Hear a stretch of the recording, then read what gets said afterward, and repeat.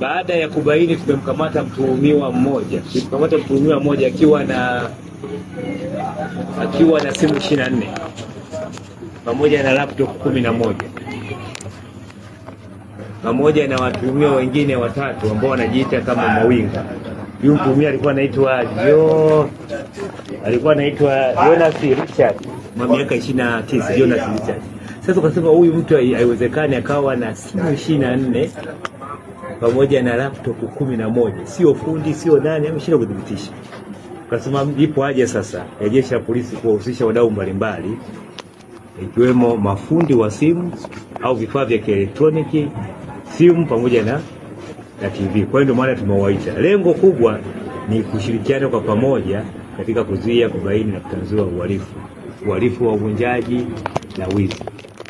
Kwa hiyo tumeazimia kwamba kila mmoja wetu atimize wajibu wake. Sababu tulikuwa tuna TCRA, polisi pamoja na hawa mafundi simu, mafundi wa television, lakini na wauzaji wa vifaa hivi vya kielektroniki, hususan hizi used electronics. Kwa hiyo tumekubaliana kwamba kila mtu atimize wajibu wake. Anapoomba haki basi atimize wajibu wake. Mbali ya hayo yote, mafundi wa vifaa vya elektroniki pamoja na wauzaji wa hivi vifaa wasijihusishe na uhalifu, wasifiche wahalifu, lakini watoe taarifa za uhalifu na wahalifu. Kwa hiyo sasa wote ambao kwa namna moja au nyingine watashiriki katika uhalifu, aidha kuficha au kuuza au kupokea mali za wizi, basi na wao watawajibishwa kwa mujibu wa sheria. Kikubwa ambacho tunawasisitiza wananchi waache kupokea mali za wizi. Kupokea mali za wizi, na mara nyingi zinaweza kufahamika kwa sababu mali hizo nakuta zinauzwa kwa bei ya chini kabisa. Na huyo mtu anayeuzwa, kumwangalia hali yake, kweli hali yake hairidhishi na kitu ambacho anachokuletea. Kwa mfano kitu cha thamani ya shilingi milioni 3, mtu anamuuzia mtu shilingi 50,000. Kwa hiyo kupokea mali ya wizi ni hatari. Kwa sababu inawezekana mtu asiangalie mali, lakini aangalie hiyo mali imepatikana vipi. Wakati mwingine mali hiyo imepatikana kwa makosa ya kuvunja na kuiba, lakini hata mauaji na unyang'anyi kutumia silaha.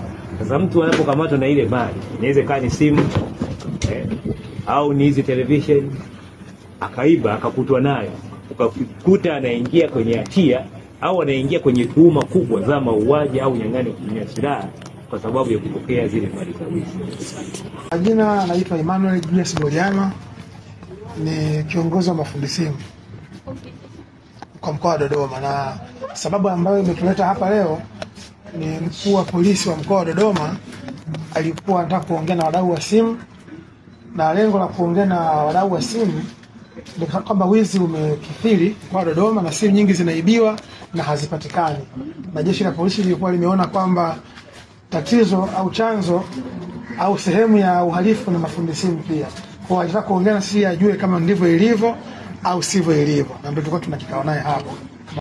Maazimio ambayo tumekubaliana, ambayo kimsingi ameyataja afande RPC.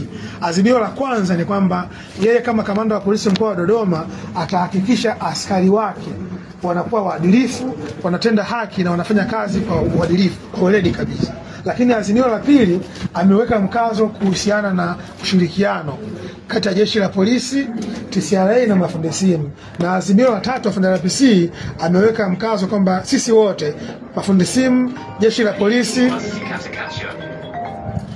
mapolisi, jeshi la polisi na TCRA, kila mmoja afanye kazi, kila mmoja atimize wajibu wake, afanye kazi sawa na wajibu wake ambavyo unamtaka afanye. Okay. Kwa majina naitwa Amina Abdueli. Mimi na miaka 5 ya kutengeneza simu. Mwizi, kila mwizi ana tabia zake. Kuna mtu anakuja ni mwizi, amevaa vizuri kwa smart. Ukimuuliza maswali anaanza kutetemeka. Na kuna mwingine anakuja yuko ni mchafu. Tunasema sisi wa Afrika tunasema wachafu ndio wezi. Lakini kuna mwingine anavaa suti na ameiba. Mimi namtambua. kipekee mimi namtumia Mungu. Kwa hiyo nitamtambua. Moyo wangu ukikataa, nakataa kufanya kazi yake. Na haya mafunzo sasa yanakuongeza nini? Okay. Kuhusu swala mafunzo ambayo nimekutana nayo kwa kiongozi RPC ametusaidia. Ni kweli tulikuwa tukifanya kazi na matapeli au na wezi wa simu, lakini kwa sasa hivi kwa mafunzo tuliopewa tutawatambua wale wezi wetu na tumepewa mikakati kwa ajili ya kuwarejista. Na hata kama utakuwa umeiba simu umeitumia au ishatengenezewa pia iko inatumika, kwa mafunzo ulipo sasa hivi utakamatwa tu.